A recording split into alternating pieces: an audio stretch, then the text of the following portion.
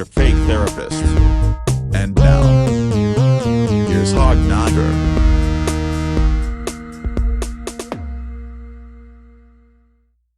Chronic boredom.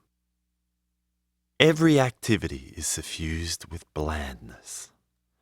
Doing nothing is equally unsatisfying. Just being conscious is bothersome.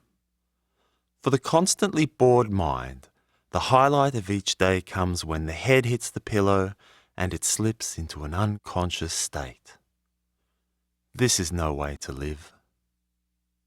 Boredom is to the puny mind as fatigue is to the puny body. Puny bodies are easily fatigued, while puny minds are easily bored.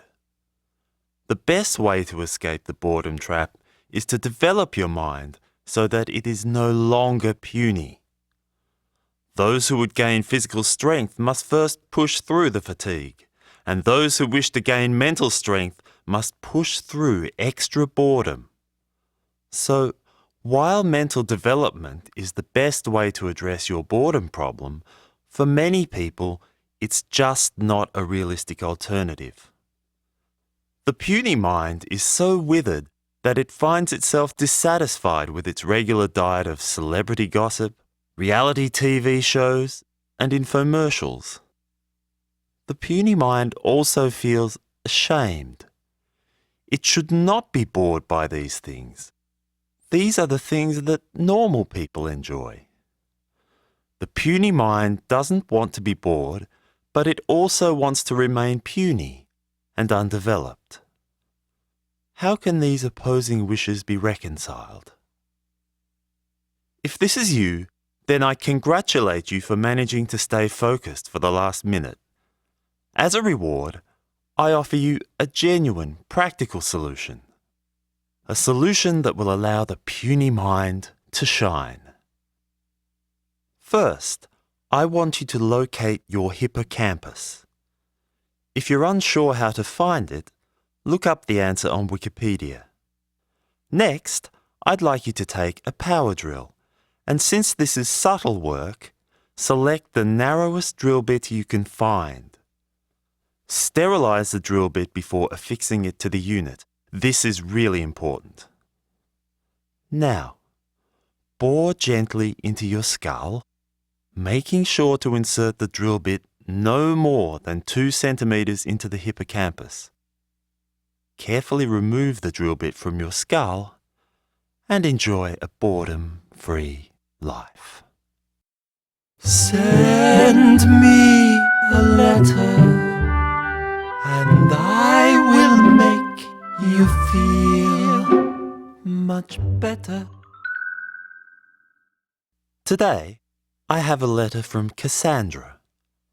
Cassandra resides in Canada with her pony and 5 cats and loves nothing better than enriching the young lives of our children. But she has a problem. Dear Hognogger, I want to make a difference in little children's lives. To that end, I have been writing children's stories about everyday objects like hot water bottles, furniture, street lamps, and so on. I've submitted these stories to various publishing houses, but with no success. I have received only one response.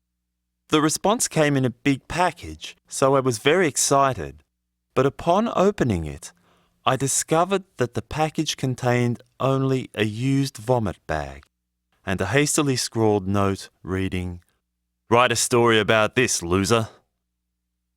Needless to say, I am beginning to feel discouraged. Please find enclosed my latest story. Cassandra. Cassandra, I have a real treat in store for you today, because I am going to publish your story myself on this podcast. Now. Here is Cassandra's story, and may it stir the hearts of any young children listening. The Story of Sally and Enoch by Cassandra Lane. I once knew a dining table called Enoch. Enoch was stationed in a fine restaurant. Every day, a variety of important people would dine from him, sharing stories about their exploits and travels. Rooted to his spot, Enoch felt that life was passing him by. Sally was a table placemat. Though she was once young, shiny and pert, recently she had noticed that she was becoming a little ragged around the edges.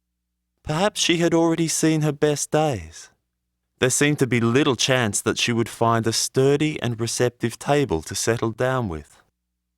For a year, she had been working in the restaurant, and for a greater part of that time, she had been besotted with Enoch. She always loved spending time with him and feeling his hard, smooth, and strong surface beneath her. Alas, it seemed that nothing was destined to come of their many abortive liaisons, for it was impossible to predict when she would next be placed on him. Jean the Sponge was a terrible gossip. She flitted from table to table, wiping here and there, picking up little trails of information which she disseminated to the taps, the basin, and the scouring pad, among other utilities and utensils. She was a most perceptive sponge, and malicious she was, too. She was quick to notice Sally's frustrated affection for Enoch, but instead of helping to bring a budding romance to fruition, she decided to block it wherever she could. Jean circulated scurrilous rumours about Sally. This caused the tap to splash more hot water on Sally than was necessary. It caused the knife and fork to clatter more heavily across her than the occasion dictated. It caused the scouring pad to stray and sully her delicate surface. In time, Sally's figure was ravaged. Soon, Enoch's eye was drawn to other placemats, and Sally no longer caught his attention, nor lingered in his mind between meals. One day, poor, ruined Sally fell into the oil vat and perished. The end. Cassandra, this story moved these eyes that have seen so much, almost to tears. As I read your little tale over and over, I found myself unable to comprehend how any competent publishing house could reject it. It's like Anna Karenina for little children. And to think your only reward for penning this wonderful piece, and others no doubt equally promising, has been a single used vomit bag. Spurred on by your remarkable talent and the indignities you have suffered, I resolved to learn as much as I could about children's publishing.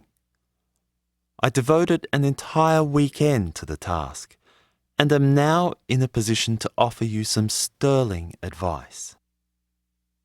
You are writing stories that take everyday objects and personify those objects, giving them thoughts, emotions, powers of movement and action. Sadly, having looked at various websites and books offering to help prospective children's writers, I can only conclude that this idea of animating everyday objects falls under the taboo heading. The general advice is that you shouldn't want to write these stories, editors don't want to receive these stories, and children do not want to read them. While children can relate to a talking bird or even a talking caterpillar, they can't relate to a talking refrigerator. Now, you may wish to point out that there are published stories and nursery rhymes about everyday objects that have been much loved by children. Hans Christian Andersen's stories are full of everyday objects: sentient doorknobs, brooms, sewing needles, and the like. Perhaps it's just today's children who can't relate to these things. Or perhaps Andersen's stories succeeded in spite of these personified objects.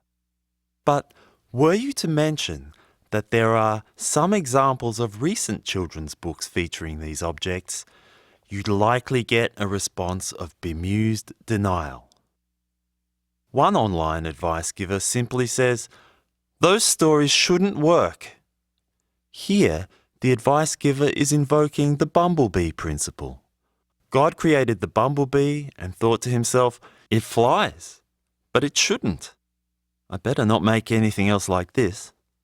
Likewise, the advice giver is arguing that some of these stories work, but the fact that they work is an affront to nature.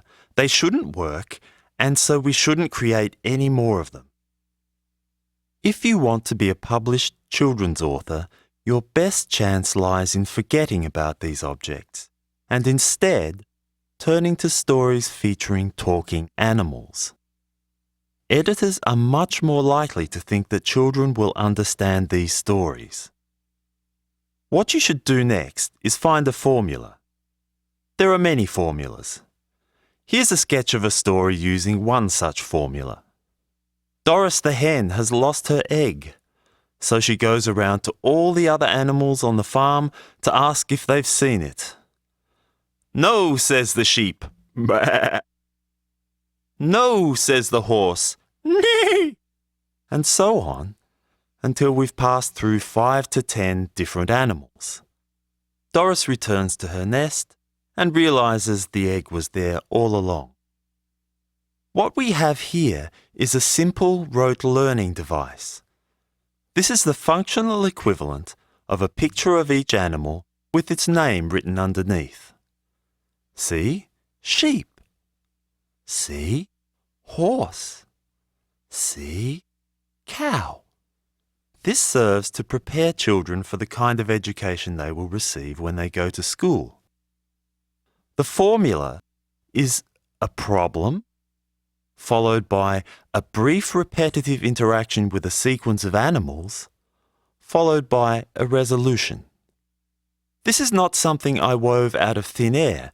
It is a formula I extracted from a published children's book. Build up a portfolio of these formulas. You can write multiple stories per formula and start churning stuff out. At least 10% of your stories will probably be published somewhere if you adhere to this model. But you don't want to write about talking animals, do you? And you don't want to adhere to a formula. Of course you don't.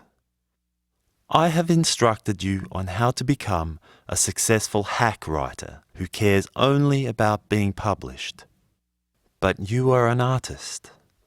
You'd prefer to climb over the mountain rather than walk around it. I understand completely. Since you will doubtless insist that you remain on your present path, some rethinking was in order. In order to be able to give you good advice, it was necessary for me to understand your situation from within, and so I resolved to write a children's story myself. One of the internet advice givers uses the example of shoes and says you should never, ever submit a story about shoes to a publisher.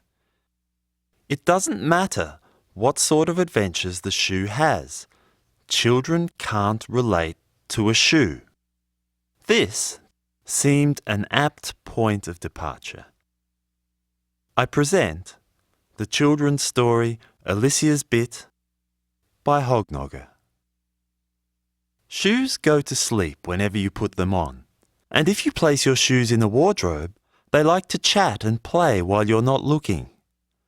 Sometimes, if they are feeling mischievous, shoes like to move your clothes around to confuse you. Sam and Alicia wake up in the wardrobe. It is the dead of night, but they do not feel mischievous, and they do not want to play with the other shoes. They feel fretful. Alicia has found a hole. "Where is the bit of me that used to be here?" Sam peers across. "I do wish our owner would take better care of us while we are asleep. I will scuff her favourite dress." "No, Sam, there isn't time. We should find my bit. It will be awake, and it will be lost and alone." "How will we find it? We were asleep when we lost it. We don't know where we've been." Our owner has lots of shoes. Let us ask our friends to help us look. Soon, sneakers are sneaking down the stairs and through the hall, sandals are shuffling, and pairs of slippers slip in behind the rest. Then out the cat flap they go. They are on the street, gathering all their friends from all the other houses to help find Alicia's bit. Before long, all the shoes in the town have joined in. Morning comes, and the shoes are still looking. The people in the town wake up to find that they have no shoes. They realize that the streets are full of shoes, wandering around without permission of their owners. Soon, the streets are filled with people trying to retrieve their shoes. Having no protection for their feet, the people are awkward and uncertain, and they do a poor job of catching the shoes. The cold, hard ground makes their feet hurt. The feet become so angry that they refuse to move, and all of the people are rooted to the spot. The people begin to whimper and plead with the shoes to come back. Those of the shoes with tongues reply. Imagine how surprised everyone is to hear their shoes talking to them. You throw us roughly into the corner at night, without stopping to consider how much it hurts us when we land. When our skins thirst for nourishment, you give us nothing. Your careless wanderings make us muddy, and yet you take your time in cleaning us, if you bother at all. And when we are abraded and torn, you do not repair us, but replace us with scarcely a moment's pause. Why should we return when you treat us so poorly? We are sorry, cried the people. Please, your place is with us. We promise to look after you properly. Just come back. The shoes meet. They consider carefully before making up their minds. Then Alicia says to the people, I have lost a bit. See, there's a hole where it used to be. If you promise to help us find my bit and look after us better, we will return. Everyone agrees heartily, and shoes return to feet, so that every foot has a shoe. The remaining shoes traipse back to their homes, wardrobes, patios, and other familiar resting places. This pleases the feet no end, and soon the whole town is searching up and down, left and right, inside and out, for Alicia's bit. The townsfolk look in all the nooks, crannies, and secret places. Still, the bit remains hidden. The hunt continues for several days. Then, just as everyone is about to abandon the search, a magpie swoops down and drops something small and leathery at the feet of Alicia and Sam's wearer. It is the bit! Alicia's bit looks well. It was nestled in the magpie's nest, safe and warm among the twigs and leaves, with the magpies chirping chicks to keep it company. The magpies have had a wonderful time watching the people scurry around, but it is time for the bit to go home. Next morning, Alicia's owner takes her to the cobbler's shop. Alicia is astonished to see a long line of people gathered outside. They are keeping their promises and having their shoes mended. She is overjoyed, and the cobbler is happy too. He beams as he reunites Alicia and her bit. The end. I showed this story to Flinky, hoping he would cast some light on the situation, and he made a very telling and instructive point. Where this story fails is that the shoes themselves are not really drawn vividly enough. I haven't captured the essence of a shoe, so it is not believable. In fact, you don't really get a clear sense that this is a story about shoes at all. As Flinky put it, this is really just a story about a horse that lost its bridle, and the other horses help out and then decide to go on strike. So it's really just a recycled talking animal story. Try again. I considered these words of rebuke long and hard. This story, and perhaps even your own, produces too much cognitive dissonance. The child registers subconsciously that this is just a talking animal story and finds its presentation as a story about shoes jarring. The story really would work much better if it were presented honestly as a talking animal story. Instead, a talking animal story has been introduced by stealth, and this is both dishonest and ineffective. Flinky is right. If we could just get to the heart of the shoes, or the spoon, or the placemats, and understand their fictitious minds, we could write non-jarring stories. A story with such authentic qualities might even be picked up by a publishing house, though I doubt it. So, the solution to your problem may not lie in improving your stories. The problem is those pesky editors who will not let you pass. The gatekeepers dislike stories about everyday objects? Very well. We will have to find a way to bypass the gatekeepers. And such a way exists. As I was doing my research over the weekend, I delved into deep, secret places and discovered the real reason that talking animal stories are published, while stories about picture frames and fish tanks are not. There have always been talking animal stories, and once upon a time, talking animal stories lived happily, side by side, with stories about everyday objects. To understand why this is no longer so, we need to look at the early history of the advertising industry. Until the early 20th century, the prevailing view was that effective advertising and publicity adhered closely to the Enlightenment picture of people as being rational creatures. Want to sell some shoes? Emphasize the basic facts that these shoes are durable, well-made, and comfortable, so you should buy them. This all went out the window when Edward Bernays, sometimes described as the father of public relations, learned something important from his uncle. His uncle was Sigmund Freud. Bernays spent summer holidays with Freud, absorbing Freud's psychoanalytic ideas. According to Freud, this Enlightenment picture of human motivation was as wrong as could be. The intellect is a veneer that covers a seething ocean of submerged, visceral urges. We repress these urges, so they very often don't arise to the conscious level, but they work hard behind the scenes. If you want to influence behavior, don't appeal to the veneer. Appeal instead to the writhing mass of animalistic desires that pulsate beneath. This was the moral that Bernays drew from the work of Uncle Sigmund, and you can see how it was a boon for the advertising industry. One of the consequences of a capitalistic economic system is that there is sometimes duplication. Go to the supermarket and look at all of the different brands of toilet paper made by different companies. There might be some variation among the brands, and there is the single versus double ply distinction, but on the whole, there is not too much to differentiate one bog roll from another. Now, imagine if you had to advertise your toilet paper on the basis of purely intellectual advertising, appealing only to the rational mind. What could you say?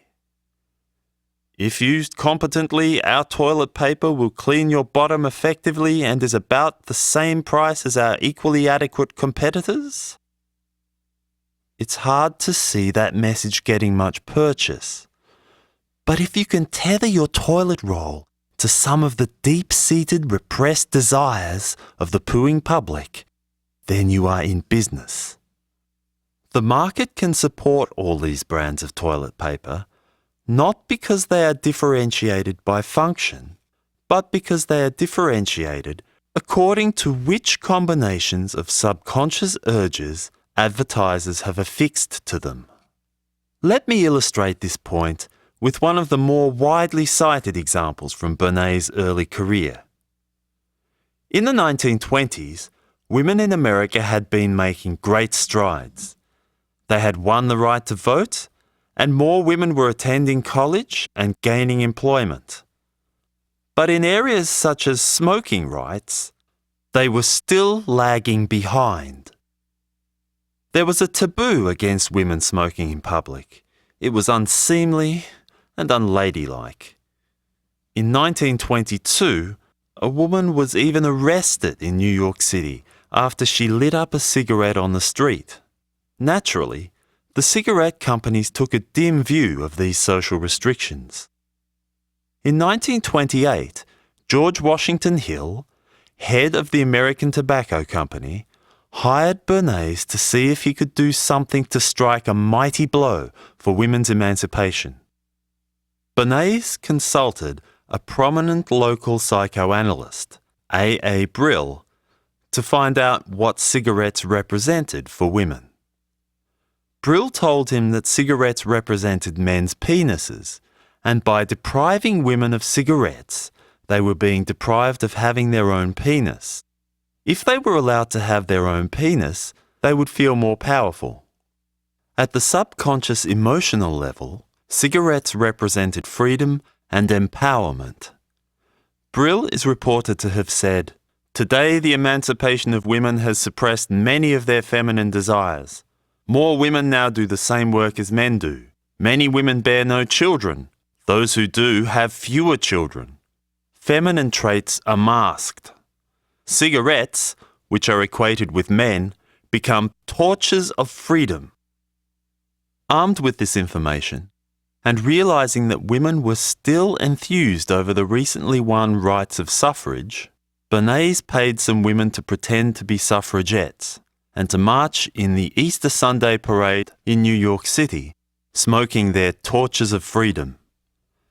Bernays made sure that his staged event received plenty of attention from the press, both in the US and internationally. This campaign was closely followed by advertising of cigarettes targeted at women, and the social restrictions against women's smoking faltered. Do cigarettes actually make women more emancipated? Not unless addiction is emancipation. But this is immaterial. What mattered was that George Washington Hill had the pleasure of seeing a dramatic increase in the consumption of cigarettes by women. Now, let us return to our particular topic of interest. These very same techniques have been used over the last 40 years to increase the representation of talking animals in children's stories. Where once talking rabbits cavorted happily alongside talking broomsticks, the animal invasion proceeded apace, until now we are infested with talking rabbits, and there is not a single talking broom to sweep away the mess. Why did this happen? The root cause lies in the rise of vegetarianism. Over the past 40 years, many people have been impressed by what are chiefly intellectual arguments that we should not be killing and eating animals. If we all became vegetarians, this would result in a better use of arable land. The amount of food required to bring an animal to term, so that it is ready for slaughter and consumption by humans, is very large. This is an inefficient use of resources. It can also be argued that modern farming and slaughtering practices are inhumane.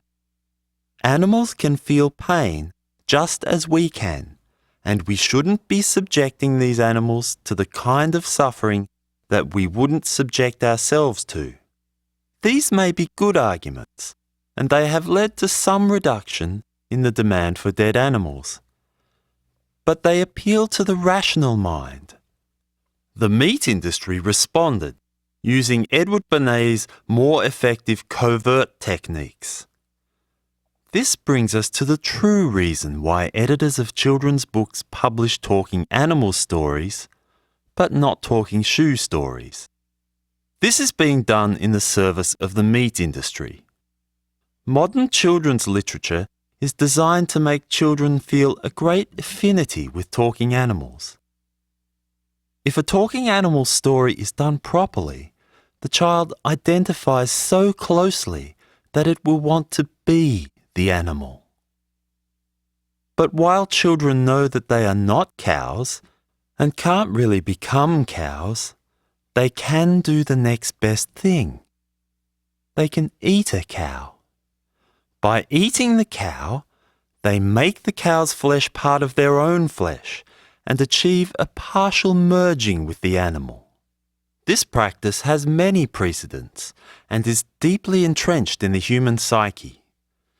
The idea that eating selected animal parts allows you to take on the attributes of that animal has a long history in many places.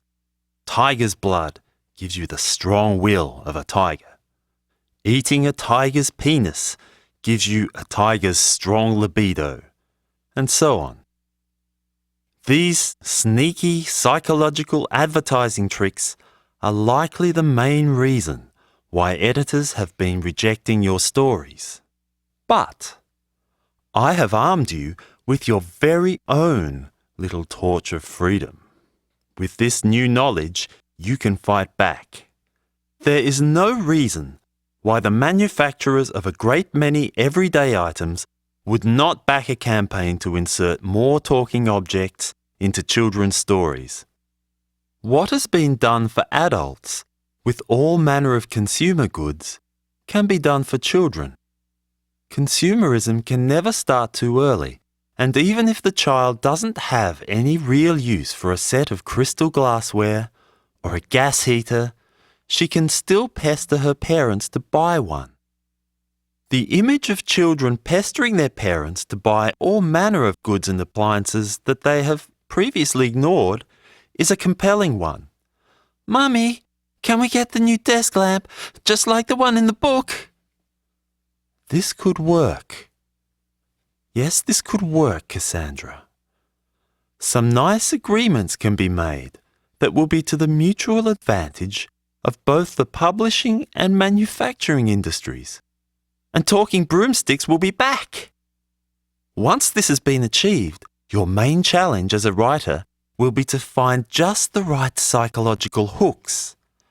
You don't want to write a story about a talking shovel and end up having children wanting to eat the shovel. There might be something in this for manufacturers in the dental industry, but even so.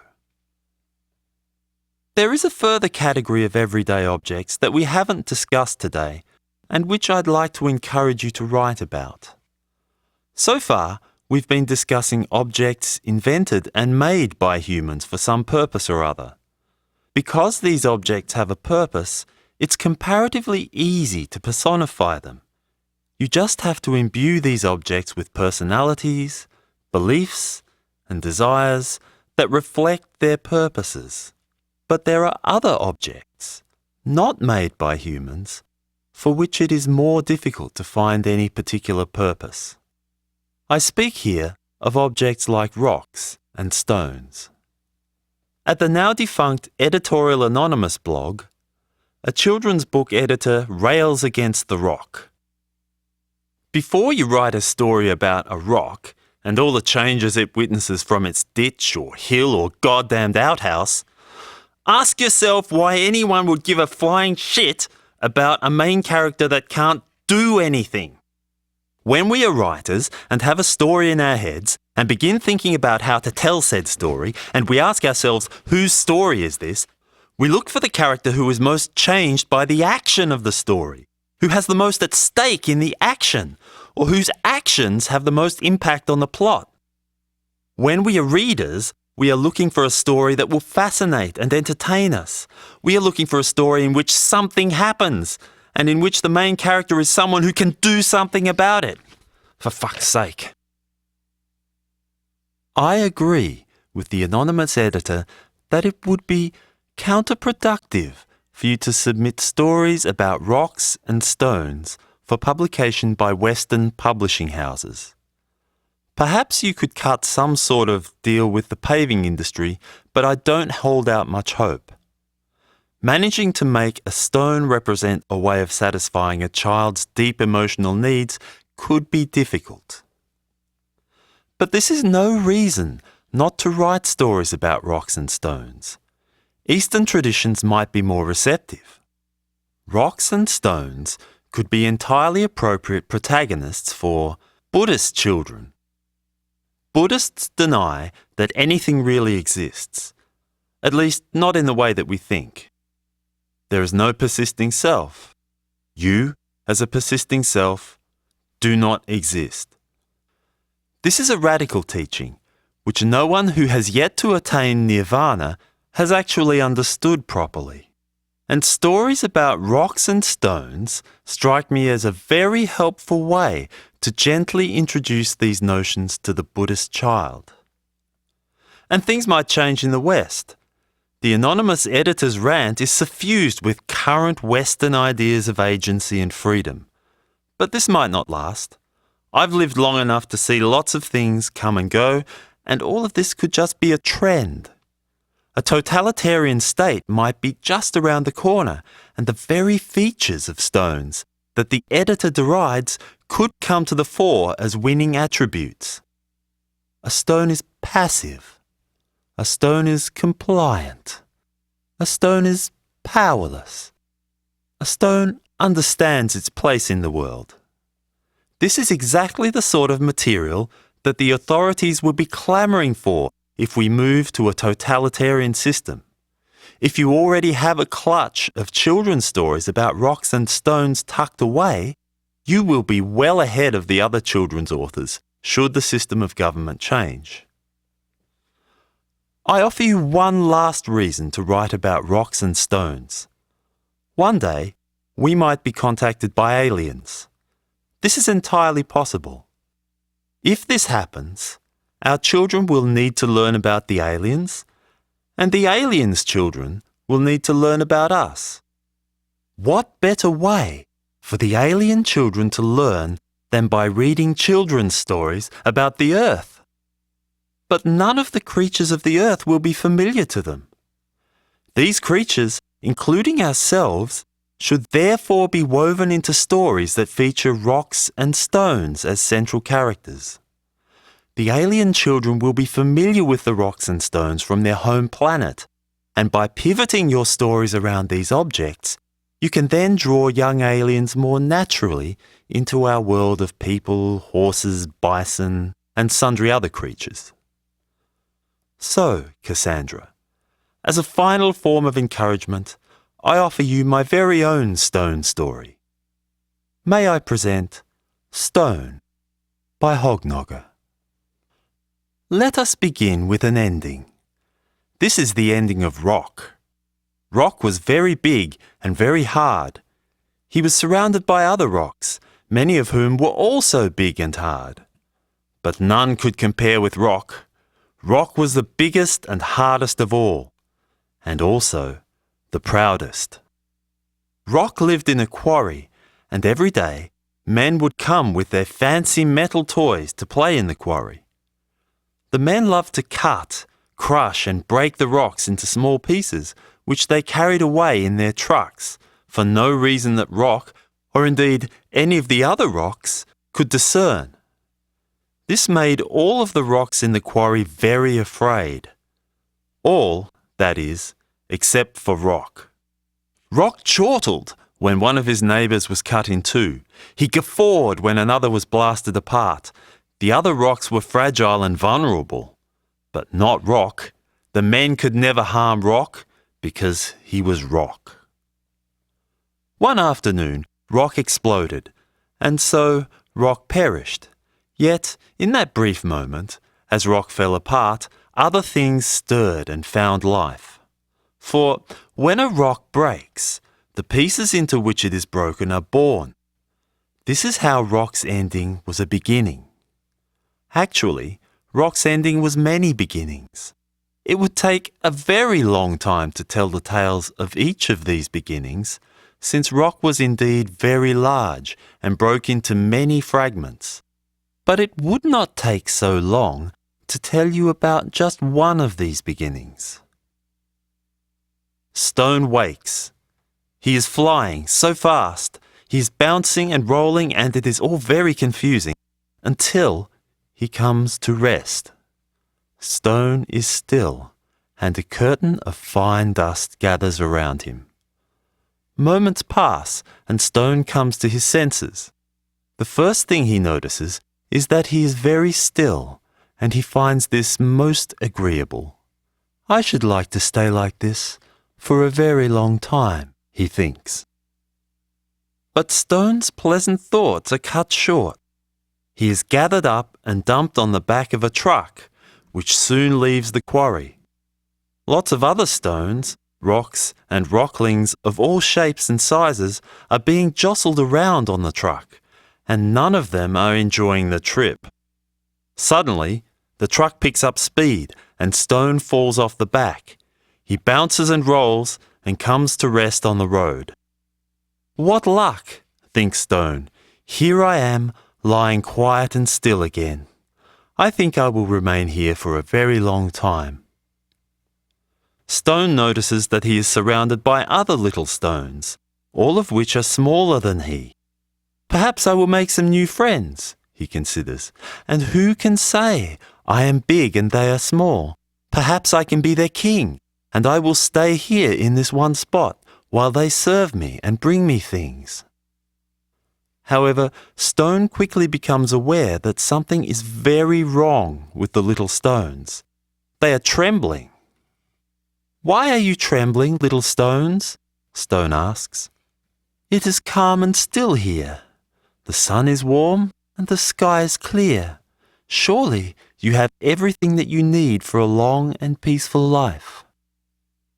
Most of the little stones are so absorbed in their woes that they do not hear Stone, and their ceaseless babble and murmuring makes no sense to him.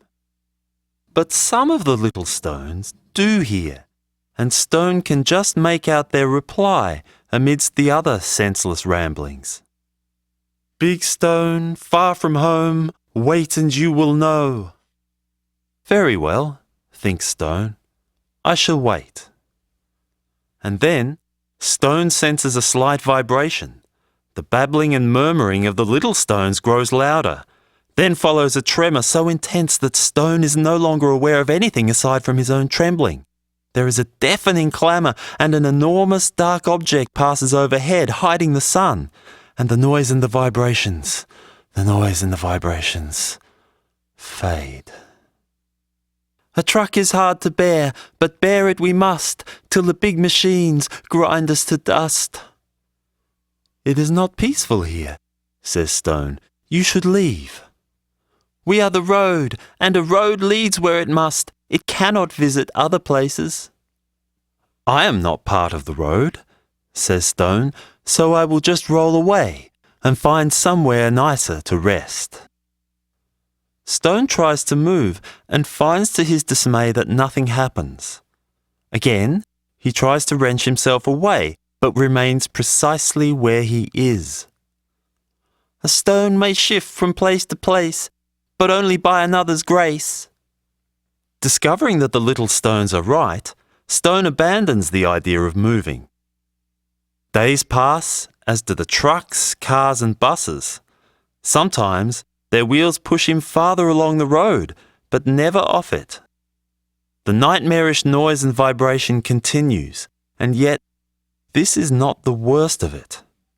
His companions, the little stones, have been driven quite mad by all this horrid activity. Just when he feels sure that he is fated to join them in their madness, a miracle happens. A car halts. A man clambers out. He is displeased. He wants the car to go, but it refuses. Before long, he is yelling and calling it names. The car responds lazily, I told you I was thirsty and needed a drink, but you weren't listening as usual. The man seems not to hear, because instead of acknowledging his car's quite reasonable observation, he pulls a device out of his pocket and starts yelling at it. Silly man, Stone thinks. The man stops yelling at his little device, walks across to his car and gives it a hefty kick. The car produces a loud groan, which again the foolish man seems not to notice. But he notices Stone, and kicks him clear across the road into the grass beyond. This is unpleasant, but even so, Stone is overjoyed. He is free of the road, and he is far enough away that he barely registers the insane yammering of the little stones. For a time, Stone is happy. The grass bends around him and sings lullabies when the wind rises. Becalmed, he settles deeper into the ground, remaining unconcerned by the activity that surrounds him. Ants and other insects dart about, carrying off twigs and leaves. But Stone is big and heavy. They cannot bother Stone, because he is Stone. Beak and feathers. Gulp. It's dark, very dark, and slippery. Stone is falling. Then he is squeezing and squelching along until he pops into a little chamber, and then clack, clack, clack, he comes to rest against something hard but indescribably smooth. What is happening? Where am I? To answer your second question first, though I don't know why I am bothering, as you are surely an ugly misshapen thing, you are in the bird's gizzard. And to answer your first question second, you are soaring through the air, high above the ground, far from all you know. Ugly? Says Stone. You are a stone, rough, all sharp edges and angles. Of course you are ugly, hideous most likely. Misshapen, ugly, hideous. And what are you then? Asks Stone. We are pebbles, declares the first voice with satisfaction. Where you are ugly, we are lovely. Where you are rough, we are smooth. Where you are shapeless, we are round. Where you are dull, we shine. You are a caterpillar in a cavern of butterflies. You do not belong. Prissy pebbles, Stone mutters. Then without warning, Stone and Pebble are jostling and jouncing, clacking and clattering against each other in the gizzard. When the activity subsides, Stone wheezes, Why? It is the great bird. When she moves, we move, and when we move, we grind her food. In return, she makes us beautiful.